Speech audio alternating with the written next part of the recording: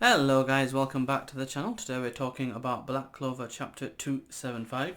Admittedly, the review really is late compared to typical Scanlation standards, but it was delayed quite a bit in terms of the official, unofficial uh, English translation, and I'm not even sure when the actual English release came out, because when I kept checking it, it wasn't there.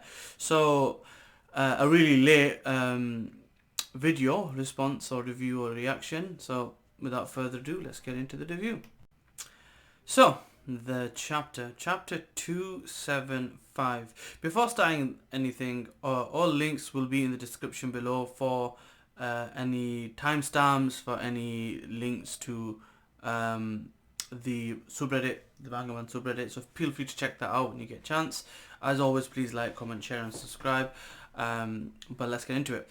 So the first thing that we really kind of see in this the chapter is essentially a breakdown of what this ritual entails and what's involved, and the elements that are important. So we see a diagram, and we basically see William and Yami, which are essentially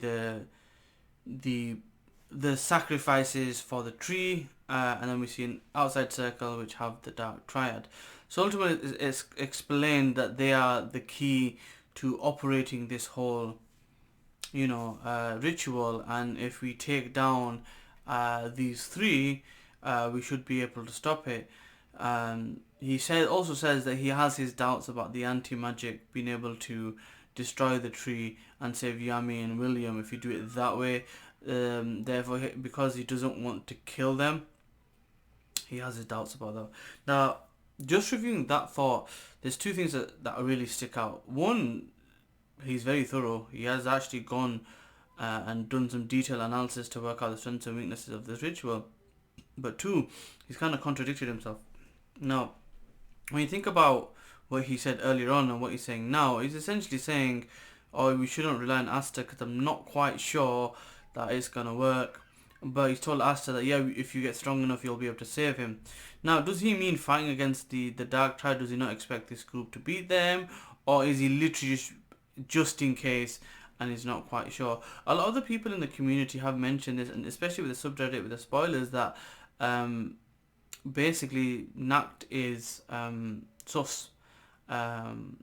suspect, so to speak, and basically that there's something not quite right with him, which makes sense when you think about his background and how he's quite, he was with the Aziodia.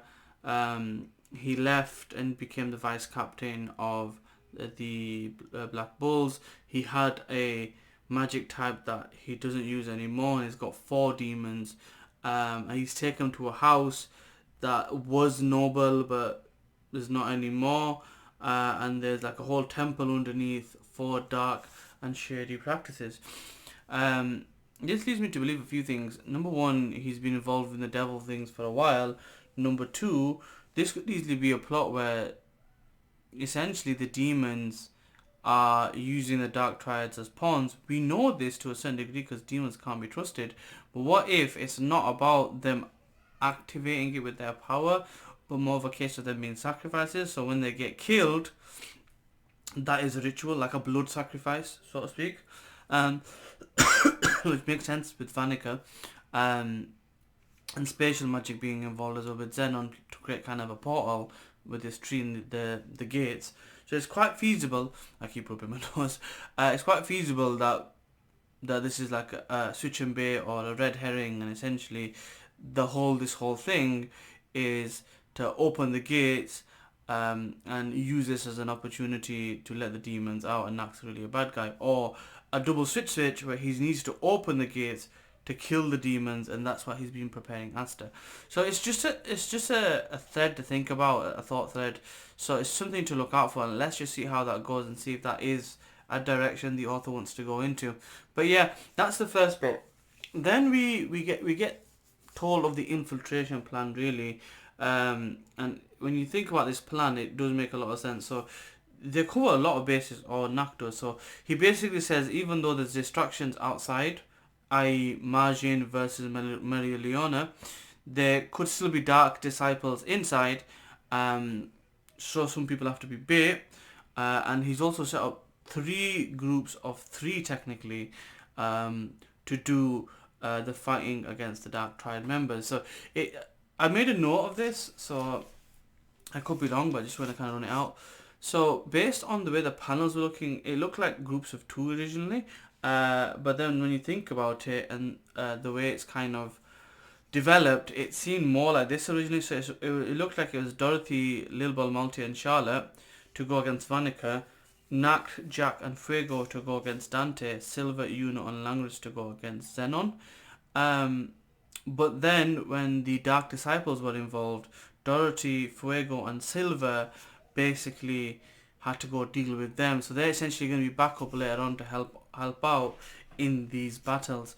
So then what happens after that, we get kind of thrown away a little bit, and we go outside and we essentially see Mereoleona fighting the Majin. Now what I liked about this particular section of the chapter in its totality is that we see that there was a discussion between Nact and Mereoleona beforehand. So he planned all this.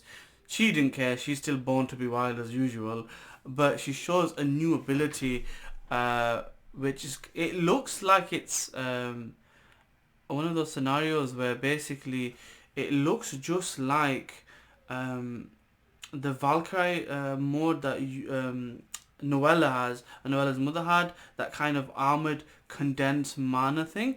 It really looks like that, and the fact that it looks like a royal uniform or an army uniform kind of pushes to that, and that this being her new ability, she even says it in the chapter that I can get stronger, and the best way to test it out is against legendary opponents. And she basically says to this guy, listen, you need to go back to sleep permanently. And then she pulls out this move. Now I'll read this out because it is wordy. So it's the Chaldeus Brachium Purgatory Abyss, and it's kind of like a double whammy. So it's set up by an uppercut which basically puts the opponent rocked back, and then it's a smash that puts him down for the count. Is this the end of the Majin? I'm fine with that being the case. I don't mind if he gets back up and he's delayed and we get to see more of this ability. Does this ability have a drawback? Is there a consequence of such extreme magic?